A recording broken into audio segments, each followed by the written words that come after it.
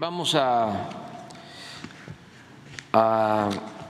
leer lo relacionado con la vida de un revolucionario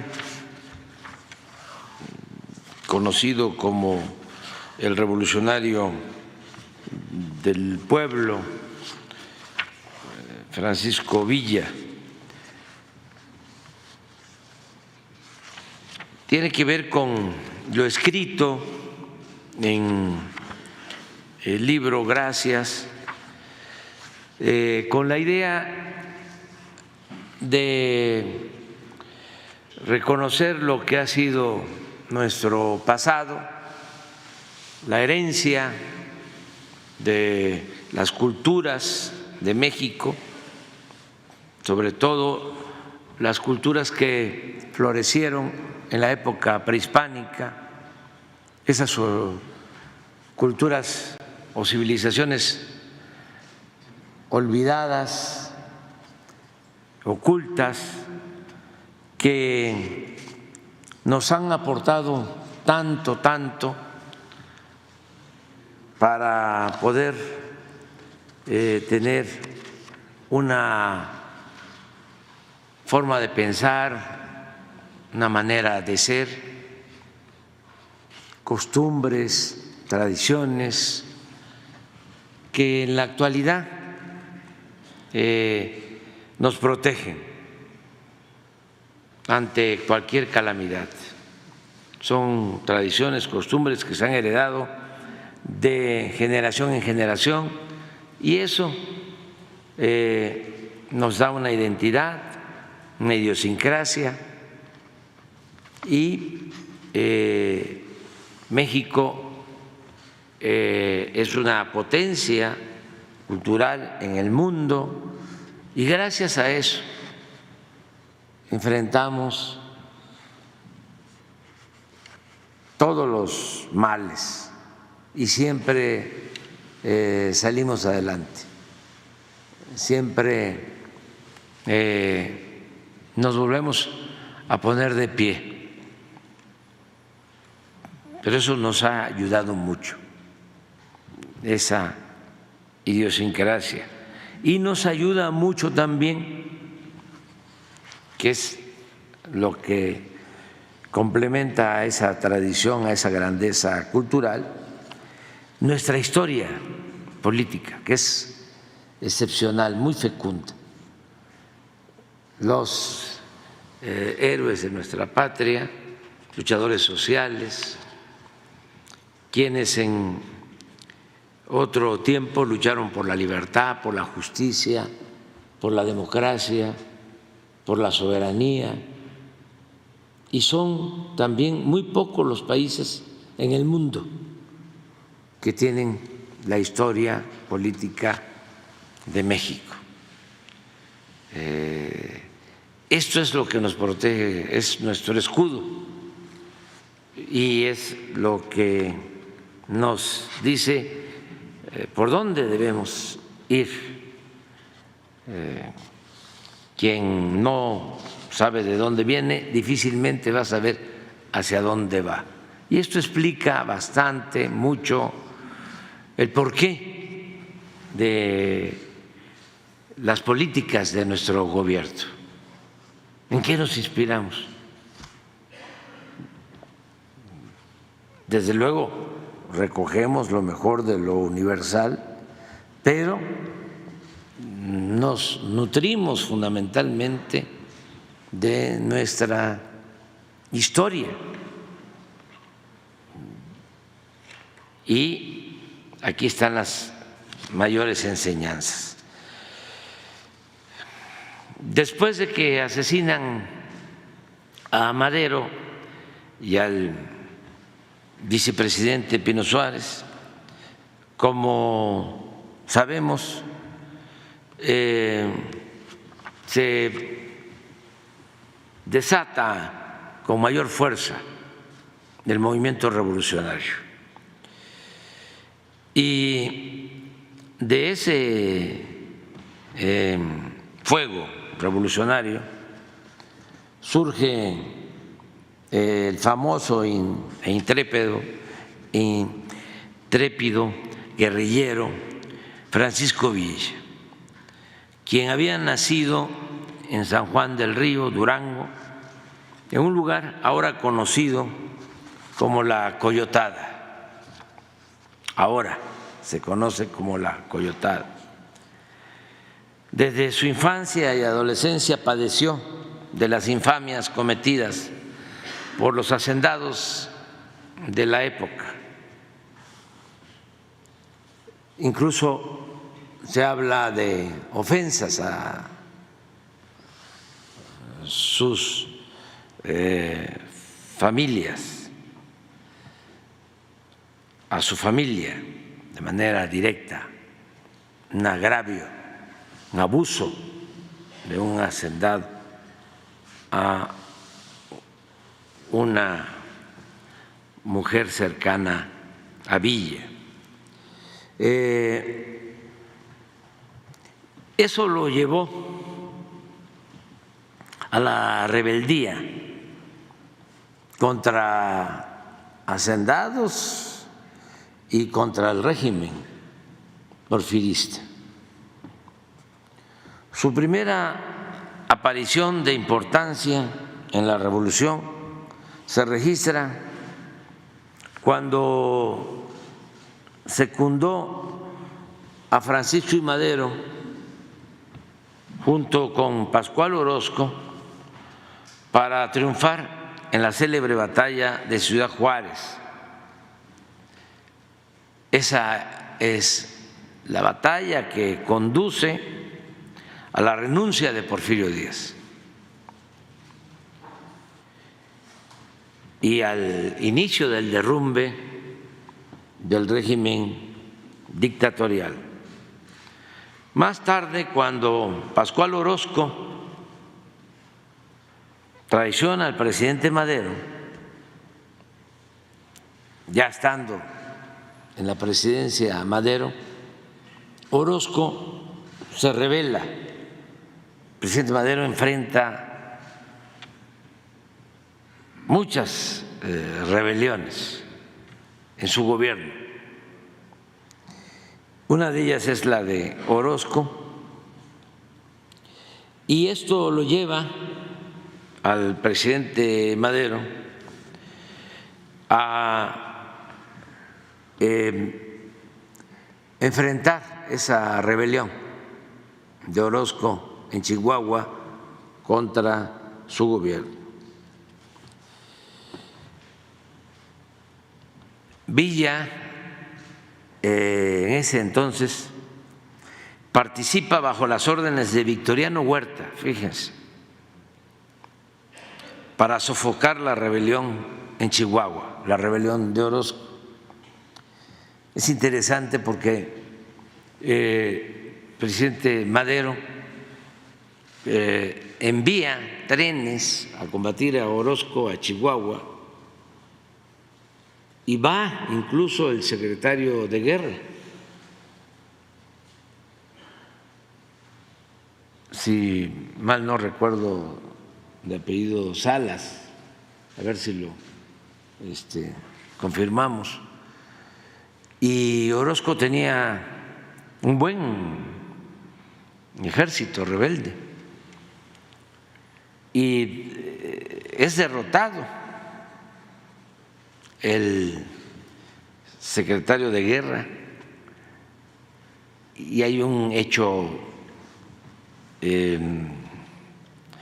muy lamentable, muy fuerte, porque Orozco hace estallar con dinamita trenes de el ejército maderista y mueren muchos soldados. Y el secretario de Guerra se va al vagón donde dirigía las acciones y se suicida. Entonces, ante esa situación,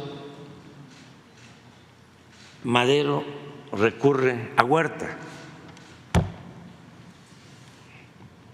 Esta es la historia. Y lo manda a Chihuahua.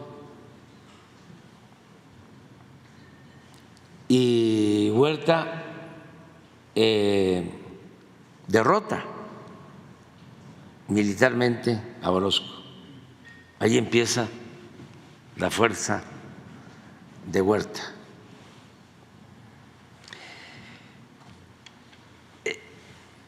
Villa colabora con Huerta enfrentando a Orozco, y es entonces cuando surgen las diferencias de Pancho Villa con Victoriano Huerta. Desde entonces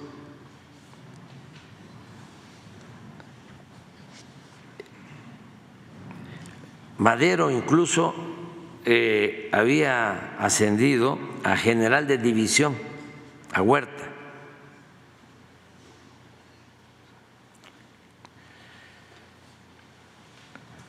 Como resultado de esa rivalidad, el 4 de junio, Huerta acusa a Villa de insubordinación y notifica a Madero que ha ordenado su fusilamiento.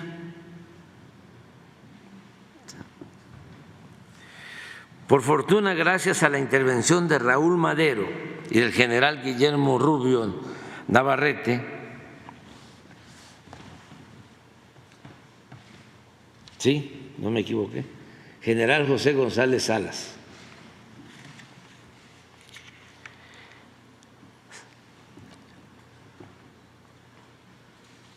se dispuso que le enviara como prisionero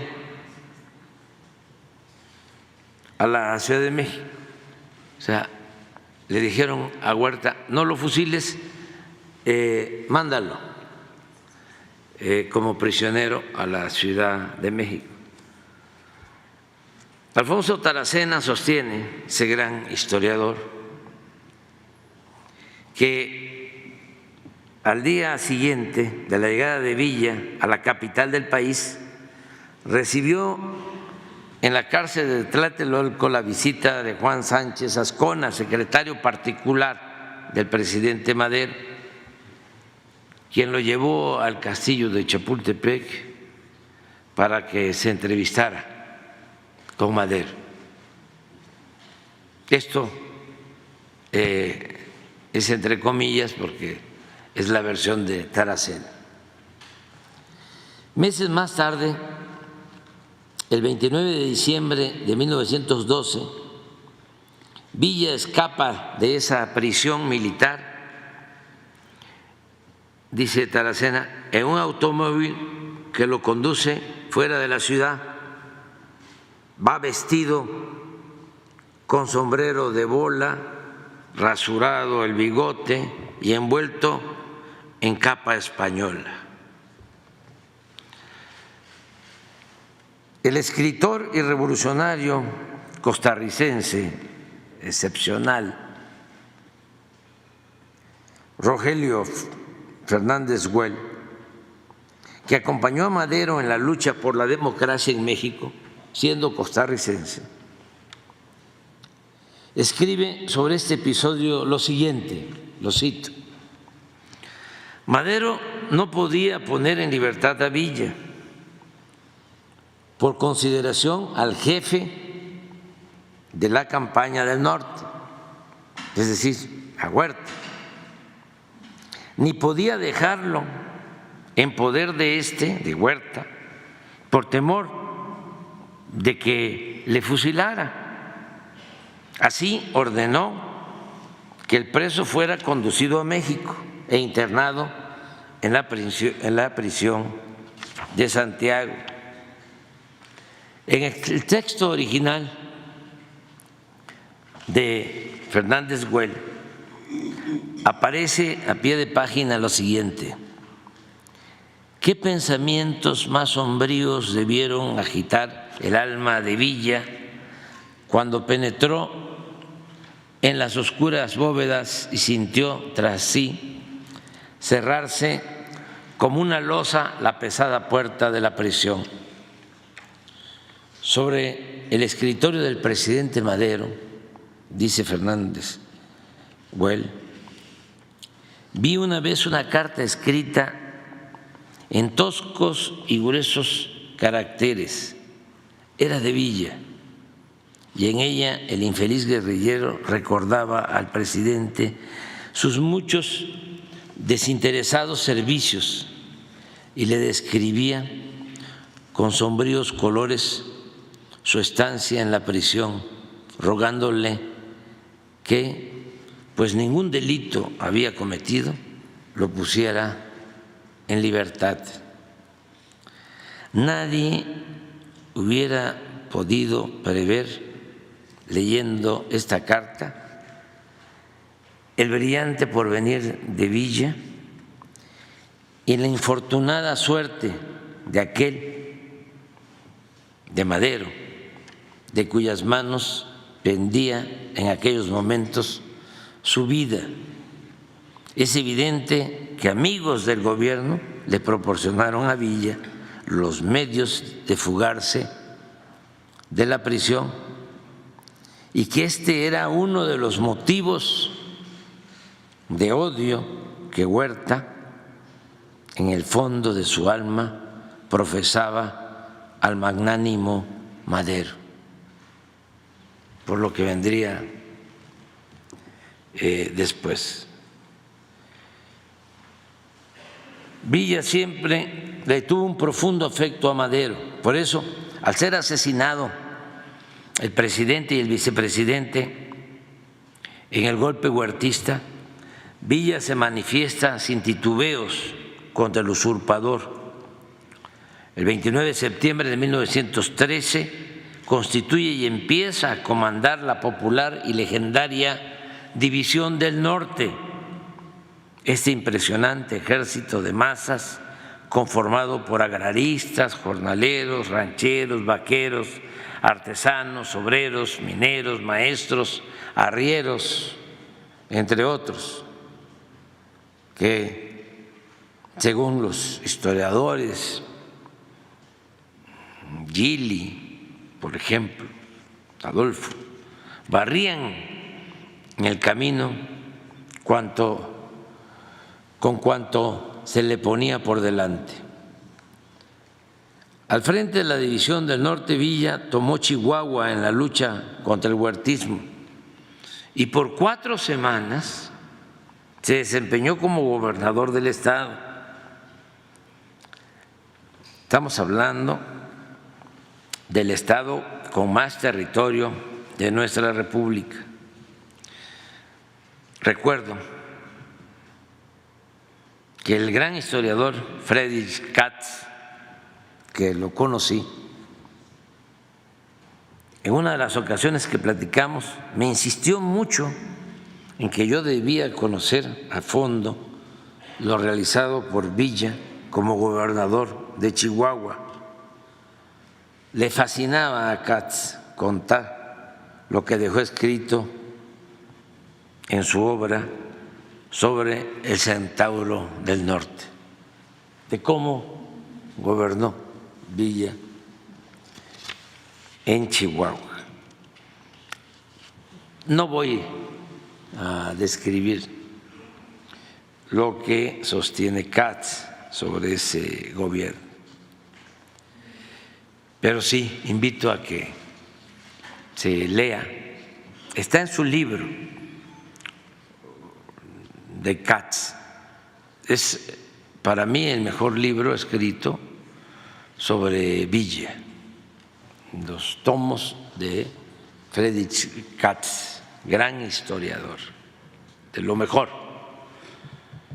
Y también recomiendo a los jóvenes el libro de Pedro Salmerón, que es una tesis de doctorado sobre la Constitución de la División del Norte. Es excepcional, magnífica obra para conocer más sobre la vida de Villa. Sobre si Villa fue bueno o malo, bandido social, revolucionario o temido y cruel, posiblemente fue todo eso, pero no debemos olvidar que las revoluciones, aún con sus nobles fines, las revoluciones armadas, siempre han acarreado excesos, son irracionales. Por eso, no a la guerra, sí a la paz, porque las revoluciones, las guerras acarrean excesos, actos irracionales e inhumanos. Es cosa de recordar lo que sostiene el gran escritor Hemingway en su novela ¿Por quién doblan las campanas? También la recomiendo para los jóvenes. Es un gran escritor,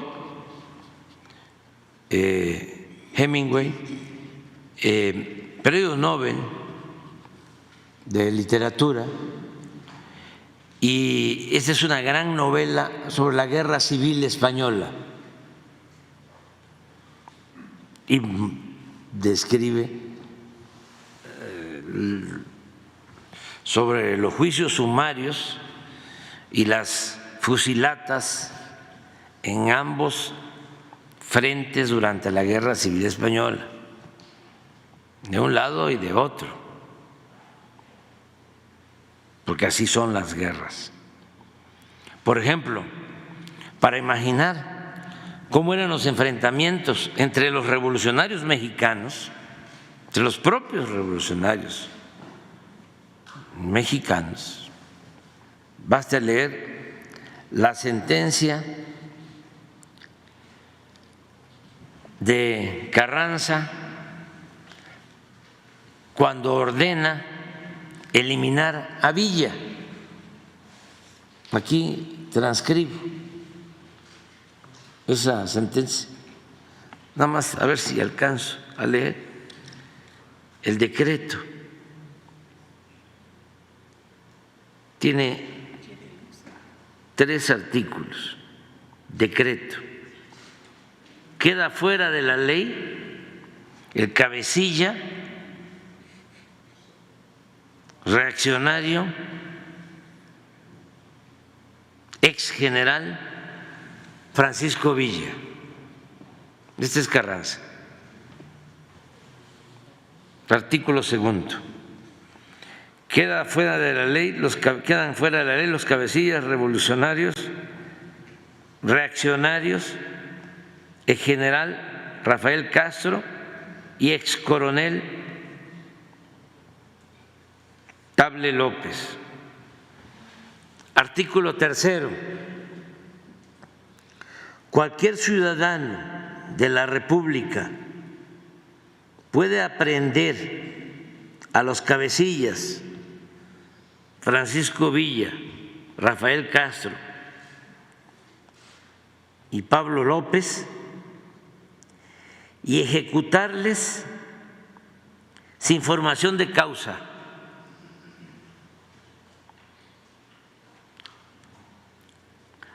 levantando una acta en que se le haga, en el que se haga constar su identificación y fusilamiento.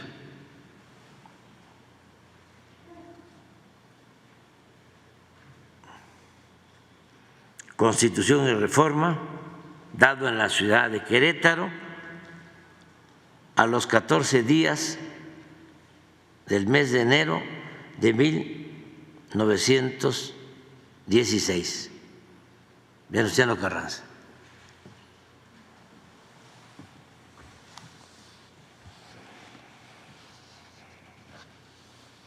Por cierto, este juicio sumario ocurre 2 meses antes de que el Centauro del Norte tomara por asalto Columbus, Estados Unidos. Y el gobierno de ese país, de Estados Unidos, ordenara al general Pershing que lo persiguiera con su tropa por todo el territorio mexicano, a Villa.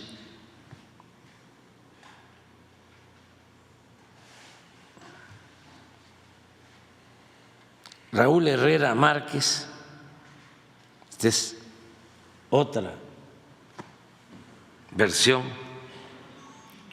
cuenta en una buena novela, según mi apreciación, que también la recomiendo, aunque es antivillista. La novela se llama La sangre al río. Cómo su bisabuelo, abuelo y tíos abuelos, entre los que se encontraba el famoso revolucionario Maclovio Herrera, miembros de una numerosa familia de Parral, Chihuahua, enfrentaron a Francisco Villa, con quien mantuvieron al principio cierta cercanía, pero eran carrancistas, y posteriormente se enemistaron hasta el extremo de la confrontación violenta, volviendo a lo irracional de las revoluciones. Este cineasta, Raúl Herrera, y gran escritor, da a conocer que su tío abuelo, Jesús Herrera, recibió en Torreón el lunes 21 de abril de 1919 la noticia sobre el asesinato de su padre y sus hermanos. Esto es lo que escribe. A él le avisan, le informan. Los agarró Villa en el cerro. Mandó una nota firmada donde prometía respetar las vidas de todos, pero a tu papá y a tus hermanos los separó. Se veía que iba contra ellos.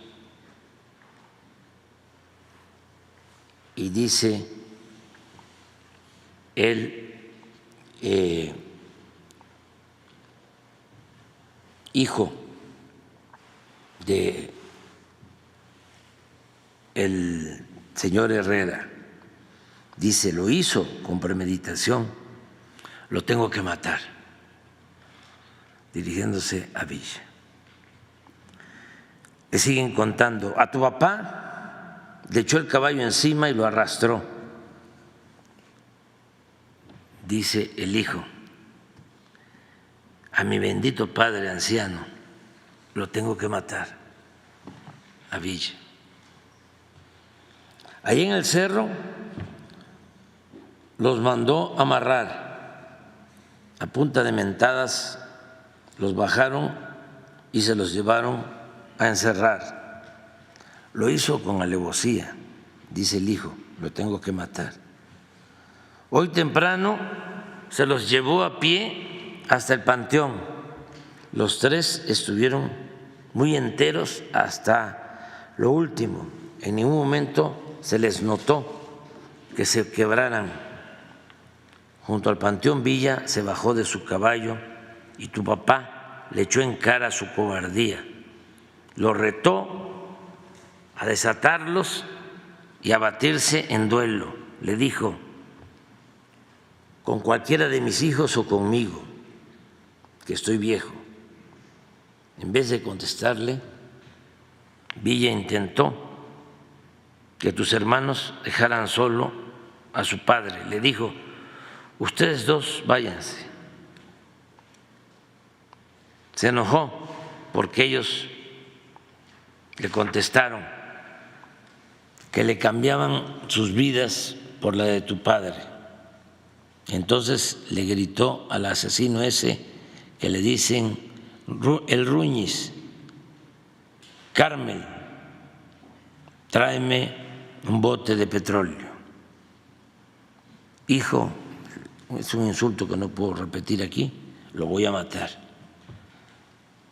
Y así va narrando hasta que se da el asesinato. Pero la otra escena que deja al descubierto algo casi desconocido de este escritor sobre este tema se refiere a la autoría intelectual del asesinato de Villa. ¿Quiénes fueron los que lo ejecutaron y los autores intelectuales? Por eso es muy interesante este libro. Y cuenta una entrevista de este hijo de los Herrera, el último que quedaba, con Álvaro Obregón, aquí en Palacio. Mi general, le vengo a informar que voy a matar a Francisco Villa. Un ligero sobresalto en la mirada del presidente Álvaro Obregón delata su sorpresa. Después de intercambiar con él palabras insustanciales acerca del clima y la economía en Torreón, desde donde viajó a la Ciudad de México Jesús Herrera, se ha dejado de rodeos. Las puertas del Palacio Nacional se abrieron para él gracias a la cercanía que sus hermanos, los difuntos generales Luis y Manclovio Herrera, tuvieron con Obregón. El presidente mantiene una expresión serena, solo traicionada por la pérdida de la sonrisa, por su silencio y por el tamborileo de sus dedos sobre unos documentos que descansan en el escritorio. No le vengo a pedir permiso, general, continúa Jesús, sin dejarse intimidar por el silencio y la actitud inquisitiva del presidente. Le vengo a avisar. Esa fiera se ha enseñado con mi familia. De los hombres solo quedo yo y ha intentado matarme. Hace apenas unos días me mandó 2 asesinos a Torreón. Gracias a Dios, un pariente lejano que andaba en Canutillo por negocios se dio cuenta de los movimientos y me previno. La policía agarró a los matones cuando entraban armados en mis oficinas. Llevaban mi nombre anotado. Mi general, usted conoce a Villa, tan bien como yo. No va a parar hasta verme muerto. Y es muy capaz de seguirse con las mujeres y los niños. Acuérdese de que prometió acabar con todos nosotros. No voy a quedarme con los brazos cruzados. Tengo que hacer todo lo que esté en mis manos por impedir más tragedias en mi familia. De otro modo, no sería digno de llamarme hijo de mis padres. Bueno, don Jesús, rompe su silencio el presidente Obregón. ¿Vino desde Torreón para decirme esto? ¿Por qué? Mire, general, continúa Herrera, recargando los antebrazos sobre el escritorio después de pasar su sombrero a la silla de junto. Yo ya tengo todo planeado y me falta poco para acabar de conseguir a la gente que se va a encargar, pero necesito pedirle un favor en memoria de mis hermanos, que en paz descansen. Usted sabe que los generales, dice Obregón, y a su señor padre siempre les guardé un particular aprecio.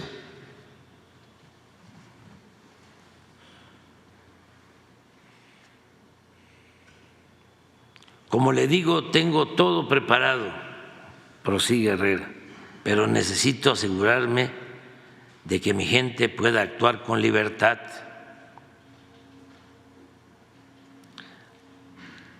Acuartéleme la tropa en Parral,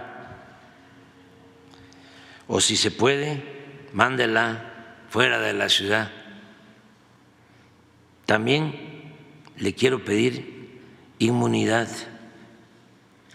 No soy el único que tiene interés en este asunto. Hay muchos que participamos.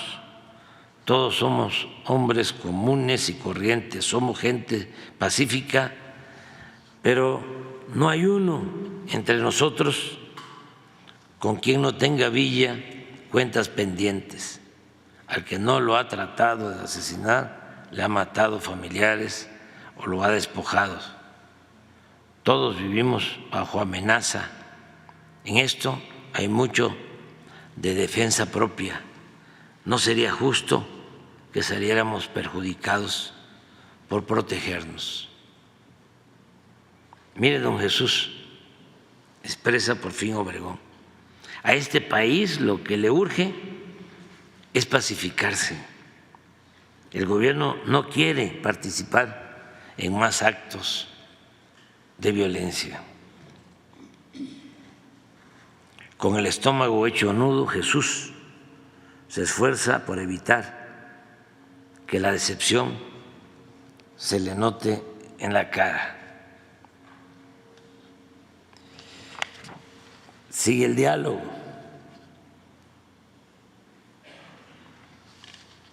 Al final del diálogo, Obregón se pone de pie, rodea su escritorio y se dirige lentamente a la puerta en señal de que la entrevista ha terminado. Jesús recoge su sombrero y va tras él. Saludos a la familia.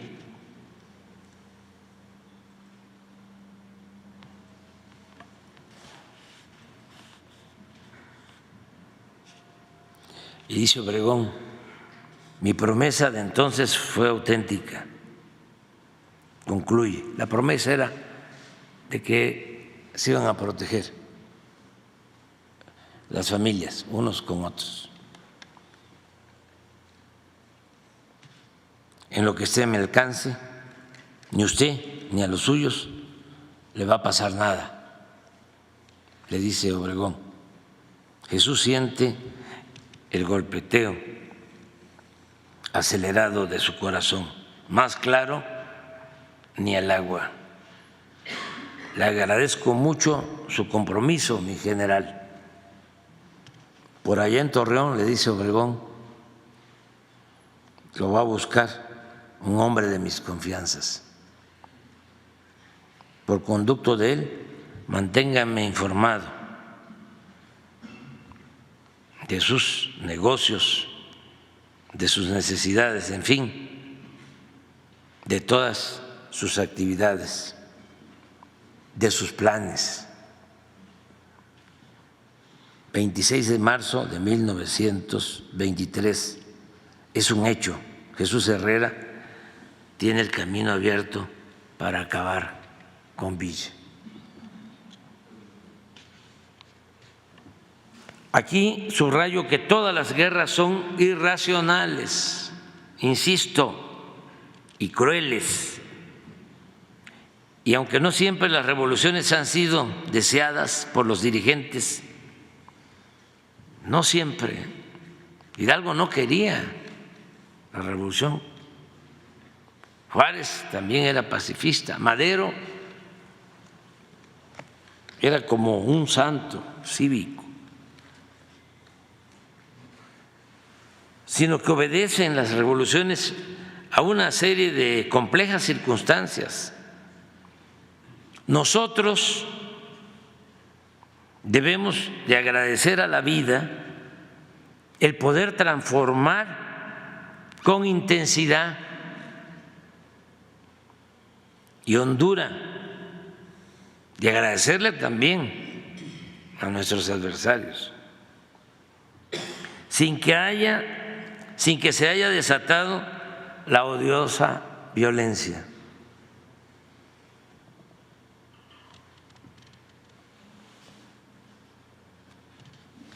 Además, a Villa, entre otras cosas, le debemos la hazaña o la osadía de haber atacado Columbus, Nuevo México, de Estados Unidos, para impedir lo que consideraba actos de traición a la patria.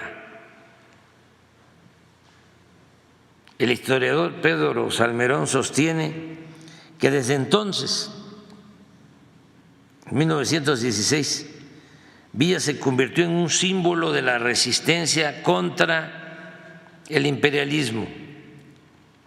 Un ejército estadounidense entró a México para cazar a Villa. Nunca pudieron agarrarlo.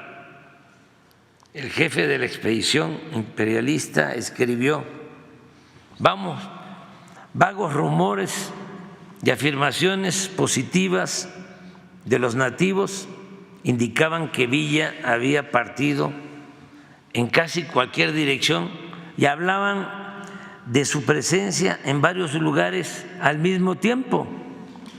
La imaginación popular redujo este hecho a una frase: Villa está en todas partes y en ninguna. El propio Villa resumió sobre ese general lo siguiente, decía: ese Pershing vino aquí como un águila y se fue como una gallina mojada. El fracaso de esa expedición fue uno de los temas que hizo que los mandos políticos militares estadounidenses entendieran más de 10 años después que a Estados Unidos no le convenía una guerra contra México bajo ninguna circunstancia, y aunque solo fuera por eso, hay que honrar la memoria de Pancho Villa. Eso es lo que correspondió al día de hoy.